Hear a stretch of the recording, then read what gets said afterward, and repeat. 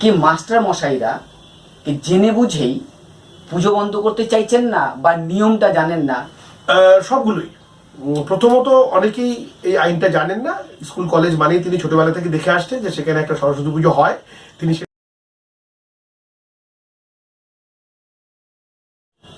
নমস্কার, আমি সন্তোষ শর্মা এবং সবাই দেখছেন র্যাশনালিস্ট নিউজ। শিক্ষা প্রতিষ্ঠান বা সরকারি কোনো প্রতিষ্ঠানে কোনো ধরনের সরস্বতী পুজো বা কোনো ধর্মীয় অনুষ্ঠান করা যায় কি না, এই নিয়ে সংবিধান আইন কি বলছে সেটাই আজকে জানবো। এবং বিশেষ অতিথি হিসাবে আমাদের সঙ্গে আছেন হেতুবাদী পত্রিকার সম্পাদক সাধন বিশ্বাস।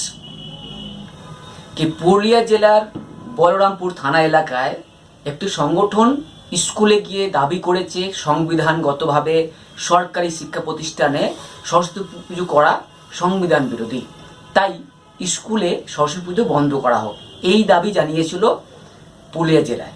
কিন্তু সূত্র মারফত খবর, পুলিশের কাছে নাকি অভিযোগ করা হয়েছে কি অমুক সংগঠন নাকি তাদের হুমকি দিচ্ছে পুজো আর্চা বন্ধ করার জন্য।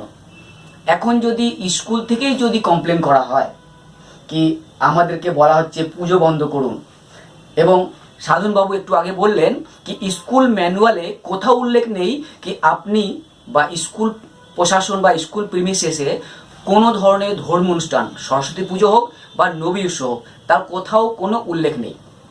এখন প্রশ্ন হচ্ছে কি মাস্টার মশাইরা কি জেনে বুঝেই পুজো বন্ধ করতে চাইছেন না বা নিয়মটা জানেন না, বা ওই যে ব্রাহ্মণবাদীর একটা কথা বললেন সেটার তারপরে একটা প্রেসার আছে?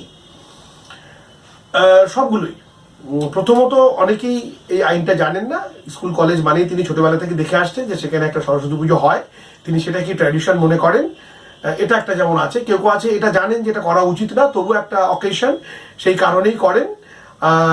এরকম মানে যা যা বলা হলো ঠিক এরকমই। আবার একটা প্রেশারও থাকে, কারণ সংঘ পরিবারের তো সরস্বতী বিদ্যা মন্দির তো ওরা অলরেডি স্থাপন করে ফেলেছে, এবং সবচেয়ে খারাপ লাগে যে টেকনোলজিক্যাল যে ইনস্টিটিউশন তার সামনে সরস্বতীর মূর্তি বসিয়ে দেওয়া হয়েছে, তাই নিয়ে প্রতিবাদও হচ্ছে।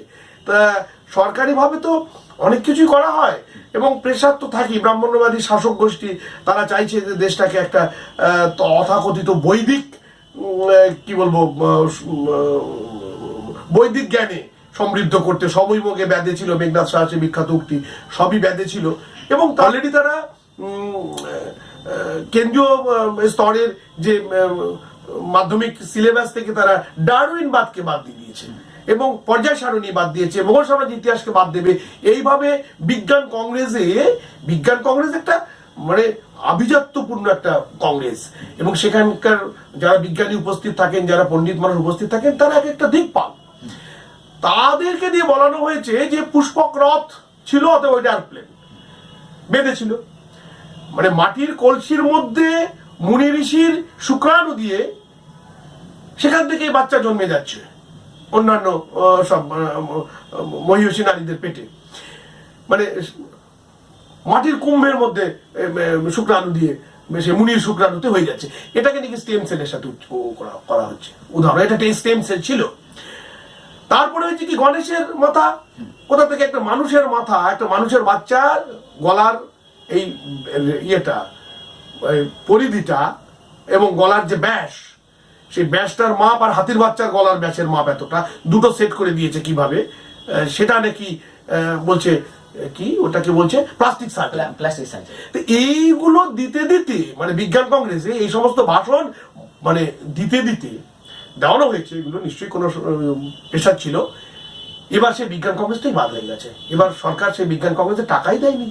তার মানে বিজ্ঞান মনস্কতার জন্য যে দরকার, এরকম খবরও আছে বিশেষ করে পুরুলিয়া অঞ্চলেরই বহু জায়গাতে শিশু বিজ্ঞান কংগ্রেস যেটা হতো, রাজ্য সরকার পরিচালনা করতেন, সেটা হয়েছে, কিন্তু কেন্দ্র সরকার টাকা দেয়নি। মানে শিশু মনেও যে বিজ্ঞান চেতনার বিকাশ ঘটবে, বিজ্ঞান মনস্কতার বিকাশ ঘটবে, সেটা কিন্তু মেরে ফেলতে অঙ্কুরে তো আমাকে অদৃষ্টবাদী করতে হবে। অঙ্কুরে আমাকে বলতে হবে যে আমার বিদ্যা হয়নি, সরস্বতীর পুজো ঠিক মতো করতে পারেনি, সরস্বতী আমার বিদ্যা দেয়নি। এই ট্র্যাডিশনটা চলে আসছে। এটাকে যারা প্রতিবাদ পত্র দিচ্ছেন তারা, এবং এটাকে হুমকি বলবে, কারণ কি ধর্মবাদীদের একটা সুবিধা আছে, তাদের ওই অনুভূতিতে আঘাত, মানে আমি যদি একটা কথা বলি বা দুটো কলম লিখি তাতে একদম আঘাতে ভেঙে চুরে যায় তাদের অন্তর, এবং সেটা খুব প্রশ্রয় পায় প্রশাসনিক ভাবে, কারণ তিনিও তো ওই একই সিস্টেমের অন্তর্গত। যার ফলে হয় কি, এই যে চিঠি দিয়েছেন যে বলরামপুরের যে আমাদের সাথীরা চিঠি দিয়েছেন, তো একটা চিঠি দিয়ে আমি যদি আবেদন করি সাংবিধানিক ভাবে, সেটা থ্রেট নয়। আমার বাড়িতে যদি একটা উকিলের চিঠি আসে, সেটা খুব মানে ভদ্রস্থ একটি পদ্ধতি। আমি বলতে পারি না যে আমাকে সন্তোষবাবু উকিলের চিঠি দিয়েছেন মানে থ্রেট করেছেন, আমি উকিল দিয়ে জবাব দেবো। তো এটাই তো স্বাভাবিক হওয়া উচিত। আমাদের কথাকে যদি বা আমাদের লেখাকে যদি কেউ থ্রেট মনে করেন, তাহলে বুঝতে হবে তার চিন্তাধারার একটা কি বলবো ফ্রেমিংটা একটু অন্যরকম, বা তার চশমাটা আলাদা। অতএব যারা এটা করেছেন তারা খুব ভদ্রস্থ এবং খুব সুন্দর আইনগত ব্যবস্থা নেওয়ার চেষ্টা করছেন। আমরা মনে করি আজ হোক কাল হোক এই কুসংস্কার এবং এই ধর্মনিরপেক্ষ রাষ্ট্রে সমস্ত মানুষ ধর্ম নিরপেক্ষ অর্থাৎ ধর্ম বর্জিত একটি রাষ্ট্র। আমি ব্যক্তিগত স্তরে কে ধর্ম পালন করবেন না করবেন সম্পূর্ণ নিজের ব্যাপার, কিন্তু রাষ্ট্রীয় ক্ষেত্রে ধর্ম বর্জন করে একটা নাগরিক সমাজ তৈরি হবে। সেই জন্যই কাজ করছেন, আপনারাও করছেন, বা বলরামপুরে যারা আছেন, এই বঙ্গের দিকে দিকে ভারতের দিকে দিকে যারা করছেন তাদেরকে সাধুবাদ জানাই। শিক্ষা প্রতিষ্ঠানে সরস্বতী পুজো হোক বা নবী উৎসব বন্ধ করতে হবে, এই দাবি তুলছেন বিজ্ঞান মনস্ক যুক্তিবাদী মুক্তমানা মানুষেরা। এবং সরস্বতী নিয়ে যে বিতর্ক বিভিন্ন স্কুলে দানা বেঁধেছে, সাধন বাবুর সঙ্গে আসবো, আপনারা দেখতে থাকুন রেসলিংস নিউজ, সঙ্গে আমি সন্তোষ শর্মা। নমস্কার।